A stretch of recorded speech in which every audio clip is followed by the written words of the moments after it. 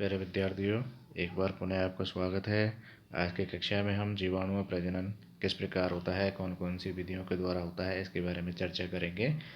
इससे पूर्व की जो कक्षा थी उसमें हमने रिप्रोडक्शन ही पढ़ा था, लेकिन उसमें हमने कायिक प्रजनन किस प्रकार होता है, किन किन विधियों के द्वारा होता है, उसके बारे में हमने पूर्व में चर्चा कर ली है।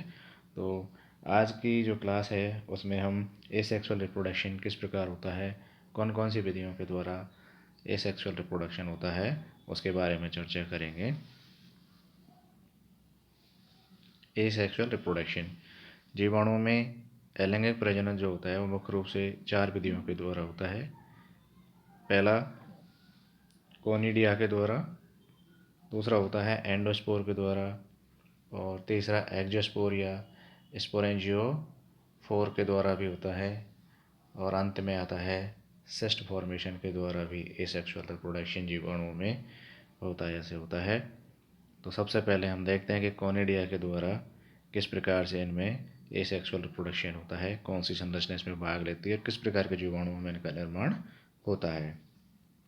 कोनिडियोफोर या कोनिडिया के द्वारा, कोनिडिया के द्वारा प्रजनन मुख्य रूप से एक्टिनोमाइसीट यानी कि जो फिलामेंटस बैक्टीरिया होते हैं, ब्रांच बैक्टीरिया होते हैं, उनकी दो महत्वपूर्ण स्पीशीज या कैटेगरी है, एक्टिनोमाइसीटेल्स और स्ट्रेप्टोमाइसीस। इसके अंतर्गत पाए जाने वाले जो जीवाणु होते हैं, उन जीवाणुओं में कोनिडिया के द्वारा रिप्रोडक्शन, एसेक्सुअल रिप्रोडक्शन होता है। ये जो बैक्टीरिया होते हैं उनकी बॉडी से सीधे या एक घुमावदार एक संरचना होती है, शाखाएं होती हैं, फिलामेंटस शाखाएं होती हैं, जिनको कोनिडियोफोर्स कहा जाता है। यहाँ डायग्राम में ये आपको दिखाई दे रहा है। यहाँ पे ये आपके फिलामेंटस जैसी स्ट्रक्चर दिखाई दे रही है, ये कोनिडियोफोर कहलाते हैं। और कोनिडियोफोर के जो टिप होता है, लास्ट का जो भाग होता है, उस पर चैन जैसी श्रृंखला में यहाँ देख रहे हैं आप, कोनिडिया लगे हुए रहते हैं, मणियों के रूप में ऐसे चैन में जिस तरीके से जुड़े हुए रहते हैं।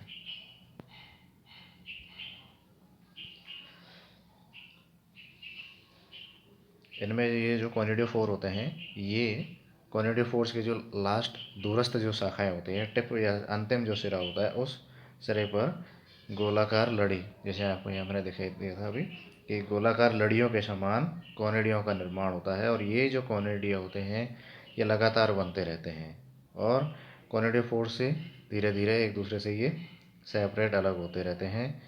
ये जो कोनिडिया होते हैं इनमें अंकुरण के द्वारा यह सूत्र के समान एक नई संरचना का निर्माण होता है, और वो अंकुरित होकर के एक नए बैक्टीरिया का निर्माण कर लेती है। तो इस विधि के द्वारा जो प्रजनन करने वाले जो जीवाणु होते हैं वो सामान्यतः सूत्र के समान, एक फिलामेंट के समान होते हैं, फाइबर के समान होते हैं, जैसे आप ये डायग्राम में देख रहे हैं। दूसरा आता है कि एंडोस्पोर के द्वारा भी इनमें एसेक्सुअल रिप्रोडक्शन होता है। तो देखते हैं कि एंडोस्पोर क्या होता है और किस तरीके से ये एसेक्सुअल रिप्रोडक्शन में भाग लेता है। बात करें कि अब डिस्कवरी की, तो एंडोस्पोर जो है इसकी सबसे पहले खोज कोहन नामक वैज्ञानिक ने हे बैक्टीरिया, जिसको हम बैसिलस सबटिलस कहते हैं, उसमें की गई थी। पूछ लिया जाता है बहुत बार कि ये किसके द्वारा खोजा गया था। तो एंडोस्पोर जो है जीवाणुओं में कोहन नामक वैज्ञानिक ने इसको सबसे पहले खोजा था, कोहन, ठीक है। और बैसिलस सबटिलस एक स्पीसीज होती है बैक्टीरिया की, उसमें सबसे पहले इनको खोजा गया था, जिसको हे बैक्टीरिया भी कहते हैं। कुछ जीवाणु होते हैं जिनकी जो कोशिका होती है, उन कोशिकाओं में एक मोट छोटी अंडाकार और गोलाकार यानी कि स्फेरिकल, ठीक है, ओवल या स्फेरिकल या गोलाकार रचनाओं में इनमें रूपांतरण होने की क्षमता पाई जाती है, जो कि अत्यधिक प्रतिरोधी रेजिस्टेंट स्ट्रक्चर होती है, उसको हम स्पोर कहते हैं, ठीक है। क्योंकि इन जीवाणुओं का जो निर्माण है वो जीवाणु कोशिका के अंदर होता है, इसीलिए इन स्पोर्स को एंडोस्पोर कहा जाता है। इनका निर्माण कार्बन, नाइट्रोजन या फॉस्फोरस जो रहता है, इनकी जब आपूर्ति सीमित हो जाती है तो उस सीमित स्थिति के कारण, यानी कि अनफेवरेबल जैसे इनको कंडीशन होंगी, तो उस कंडीशन में इनमें एंडोस्पोर बनने का कारण होता है। और जैसे ही ये एंडोस्पोर बनते हैं, ये लॉन्ग टाइम तक परसिस्ट रहते हैं। ठीक है। एंडोस्पोर जो रहते हैं ये मुख्यतः कई जेनेरा है, बैक्टीरियल जेनेरा, जिनमें इनका निर्माण होता है, जैसे कि बैसिलस है, क्लोस्ट्रीडियम है। ठीक है। इनमें बहुत ही अधिक मात्रा में एंडोस्पोर्म का निर्माण होता है। जैसे ही अनुकूल इनको परिस्थिति मिलती है तो उनमें ये वापस अंकुरित हो जाते हैं और अंकुरित होकर के नए जीवाणु का निर्माण कर लेते हैं। जितने भी सारे एंडोस्पोर होते हैं, ये जैसे हीट है, केमिकल है, डेसिकेट यानी कि जैसे शुष्कन अवस्था होती है, या फ्रीजिंग जो कंडीशन होती है, या रेडिएशन कंडीशन होती है, उन कंडीशंस के प्रति ये रेजिस्टेंट दिखाते हैं, प्रतिरोधी होते हैं, इनके ऊपर इनका कोई प्रभाव नहीं पड़ता है। ठीक है। जैसे कि हीट है, केमिकल या शुष्क अवस्था है, इनका इन पर कोई प्रभाव नहीं पड़ता है। आकृति के आधार से अगर इनको हम देखें तो ये जो जीवाणु होते हैं, स्पोर होते हैं, ये ओवल शेप्ड में अंडाकार, दीर्घ वृत्ताकार या गोलाकार आकृति वाले होते हैं। और जीवाणु कोशिका में एंडोस्पर्म की जो एंडोस्पोर जो होते हैं, सॉरी, इनकी स्थिति के आधार पर इनको हम कई भागों में डिवाइड कर सकते हैं। जैसे आपको यहाँ दिखाई दे रहा होगा, देखिए ये जो आपका एंडोस्पोर्म है, इसके अंदर देखो ये सेंटर भाग में, तो इसको हम सेंट्रल स्पोर कहेंगे। ठीक है। ये भी आपका सेंट्रल स्पोर है। ठीक है। यानी कि जो केंद्रीय जो है, यानी कि इनके अंदर पाए जाने वाला जो अंदरूनी भाग, जिसको हम स्पोर कहते हैं, सेल के अंदर किस स्थिति में है, उस स्थिति के आधार पर इनका नामकरण किया जाता है। ये आपको दिखाई दे रहा है, ये टर्मिनल है, ये सब टर्मिनल है। ठीक है। और ये जो है आपको स्वेलन स्पोरेंजियम है, क्योंकि इस पर जो है स्पोर बिल्कुल एंड पर आकर के स्वेलिंग स्थिति में दिखाई दे रहा है, इसलिए इसको हम स्वेलन स्पोरेंजियम कहते हैं।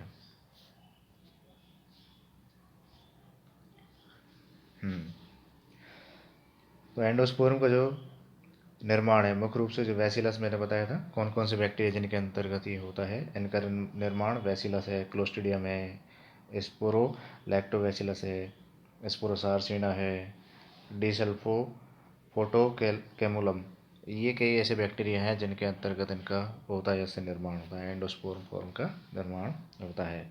अब बताइए कि जो एंडोस्पोर होता है उसकी स्ट्रक्चर क्या होती है। तो हम इसकी स्ट्रक्चर देखते हैं तो संरचनात्मक रूप से एंडोस्पोर्म या यह एक प्रकार का प्रोटोप्लास्ट होता है, जो कि विभिन्न प्रकार के जो आवरण होते हैं उनके द्वारा घिरा हुआ होता है। ठीक है। जब इसका आप आवरण देखेंगे तो देखेंगे आप यहाँ पर, देखिए ये दिखाई दे रहा है, ये सबसे ऊपर भाग है, स्पोर का कोट है। इस कोट के नीचे आप देख रहे हैं, आपको कोर्टेक्स भी दिखाई दे रहा है, सेल बॉल भी दिखाई दे रही है, कोर बॉल जिसको कहते हैं। यहाँ देखिए आप, ये 3 लेयर है आपकी। ठीक है। ऊपर वाली ये जो है स्पोर कोट हो गई, ये आपका कोर्टेक्स हो गया सेकंड वाला, और ये लास्ट वाली कोर बॉल हो गई या सेल बॉल कहते हैं। प्रोटोप्लास्ट में डीएनए, राइबोसोम, टीआरएनए, सहायक इसके घटक, एंजाइम्स काफ़ी सारी मात्रा में उपस्थित होते हैं। साथ ही साथ इनमें एमआरएनए, एमिनो अम्ल, कई संश्लेषीय एंजाइमों की पुष्टि अभी तक इनमें नहीं हो पाई है, खोजा ही नहीं गया है। ठीक है। एमिनो एसिड्स की उपलब्धता या लो मॉलिक्यूलर वेट वाले प्रोटीन्स होते हैं, उनके हाइड्रोलाइसिस के कारण इनमें निर्माण होता है। प्रोटोप्लास्ट का जो अंदरूनी भाग होता है, यानी कि आंतरिक जो झिल्ली होती है, उस आंतरिक झिल्ली के द्वारा वो प्रोटोप्लास्ट घिरा हुआ रहता है चारों ओर से। और इसके बाहर कॉर्टेक्स, जैसे मैंने आपको बताया अभी, कॉर्टेक्स दिखाई दे रहा है आपको, कॉर्टेक्स है ना, प्लाज्मा मेम्ब्रेन, बाह्य झिल्ली, इसके अलावा स्पोर कोट। ठीक है। ये जैसे आपको दिखाई दे रहे हैं, ये और ये लास्ट वाला। ठीक है। उपस्थित होता है। इसकी जो आंतरिक झिल्ली होती है वो एक प्रकार की इकाई झिल्ली होती है, जो बीजाणु होता है उसके कोशिका द्रव्य एवं केंद्र के पदार्थ को चारों ओर से घेरे हुए रहती है समझ में। और इसका जो कॉर्टेक्स आवरण होता है वो पेप्टिडोग्लाइकेन के कई सारी लेयर्स होती हैं, उन लेयर्स का बना हुआ होता है, जिसके अंतर्गत एलेनिन, टेट्रापेप्टाइड या म्यूरेमिक लैक्टेमम, ठीक है, या म्यूरेमम लैक्टम जिसको कहते हैं, उनके कई रिपीटेड सबयूनिट्स पाई जाती हैं, उनके द्वारा ये कंपोस्ट होता है। और ये जो तीनों लेयर्स होती हैं, इनकी सब यूनिट्स, उनमें 55%, 15% और 30% ये इस रेशियो में तीनों मात्राएं पाई जाती है, ठीक है। यानी एलेनिन 55 हो गया, टेट्रापेप्टाइड है वो 15% हो गया, और मीरियमिक है वो उसका 30% हो गया। इसके अलावा इसका जो कॉर्टेक्स होता है, उस कॉर्टेक्स में कुछ मात्रा में डाइपिकोलिनिक अम्ल और कैल्शियम भी बहुत अधिक मात्रा में पाया जाता है। इम्पोर्टेंट फैक्टर है, इसी की वजह से ही ये एंडोस्पोर्म होता है वो जो एडवर्स कंडीशन होती है उनको टॉलरेंट करने में ये कैपेबल होता है। पूछा जाता है कि जो जीवाणु के जो स्पोर होते हैं वो लॉन्ग टाइम तक एनवायरनमेंट में परसिस्ट रहते हैं, उन पर कोई प्रभाव नहीं पड़ता है, रजिस्ट होते हैं, प्रतिरोधी होते हैं। उसका कारण क्या है? उसका कारण ये है कि इनके जो स्पोर कोट होता है उसमें कैल्शियम के साथ साथ डाइपिकोलिनिक अम्ल पाया जाता है। एक कंपोनेंट होता है जो कि इसको रेजिस्टेंस पावर प्रोवाइड करवाता है। कॉर्टेक्स का स्तर है उसमें या उसके जो बाहर है उसमें स्पोर कोट होता है, और उसमें कई प्रकार के प्रोटीन्स की लेयर पाई जाती है, यानी वो प्रोटीन्स लेयर का बना हुआ होता है। यह स्तर अपेक्षाकृत मोटा, इम्परमिएबल, एपारगम और कई जो रसायन होते हैं उनके प्रति रेजिस्टेंट होता है, प्रतिरोधी होता है। और सबसे बाहर जो है उसमें एक्जोस्पोरियम नामक एक आवरण पाया जाता है, ठीक है। सबसे बाहर का जो है ये जो आवरण दिखाई दे रहा है बाहर, ये जिसको हम बैक्टीरियल सेल वॉल या एंजियोस्पोरियम भी हम उसको कहते हैं। और यह स्तर बहुत ही पतला और इलास्टिक यानी कि प्रत्यास्थ होता है, जिसके द्वारा ये चारों ओर से कवर्ड रहता है। तो इस प्रकार हमने देखा कि ये एंडोस्पोर की स्ट्रक्चर है जिसके द्वारा ये रिप्रोडक्शन करता है। अब बात आती है कि जो एंडोस्पोर होता है इसका निर्माण किन किन कंडीशंस में होता है। तो उसकी कुछ कंडीशंस है। तो एंडोस्पोर जो होता है इसका निर्माण प्रतिकूल परिस्थितियों में होता है। जब पोषक पदार्थ होते हैं उनकी कमी हो जाती है तो यह उस कंडीशन में इसका निर्माण होता है। इसको हम देखें तो 7 फेज में इसको हम डिवाइड कर सकते हैं, ठीक है। जैसे फर्स्ट फेज की अगर हम बात करें तो सबसे पहले क्या होगा कि इस अवस्था में यानी कि जो न्यूक्लियर मटेरियल होता है वो एक्सियल फिलामेंट का निर्माण करता है फर्स्ट फेज में।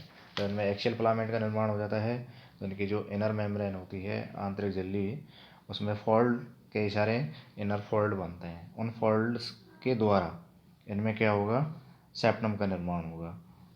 सेप्टम बन जाएंगे, और जब सेप्टम बन जाएगा तो आंतरिक झिल्ली में निरंतर वृद्धि होती रहती है, जिसके कारण अपरिपक्व जीवाणु की या स्पोर की या स्पोर को हम एक तरीके से सेकेंडरी मेम्ब्रेन के द्वारा उसको कवर्ड कर लिया जाता है।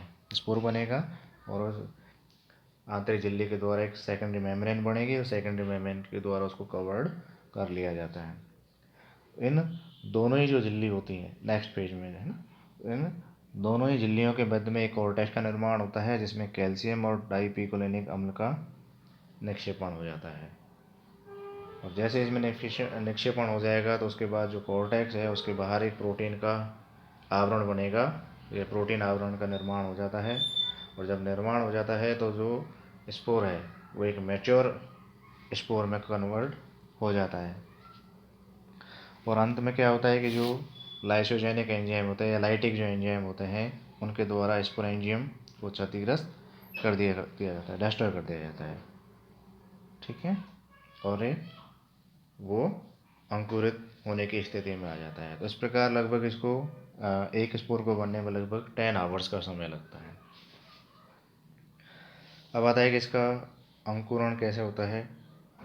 तो जो एंडोस्पोर होते हैं, बैक्टीरियल एंडोस्पोर, इनमें उपापचयी क्रियाएँ होती है, संदमित हो जाती है, निष्क्रिय हो जाती है जब प्रतिकूल परिस्थिति आती है ना, उस कंडीशन में। जैसे डोरमेंसी खत्म होती है और अनुकूल परिस्थितियाँ इनको वापस आती है तो इनकी जो कायिक कोशिकाएँ होती हैं उनका अंकुरण होता है।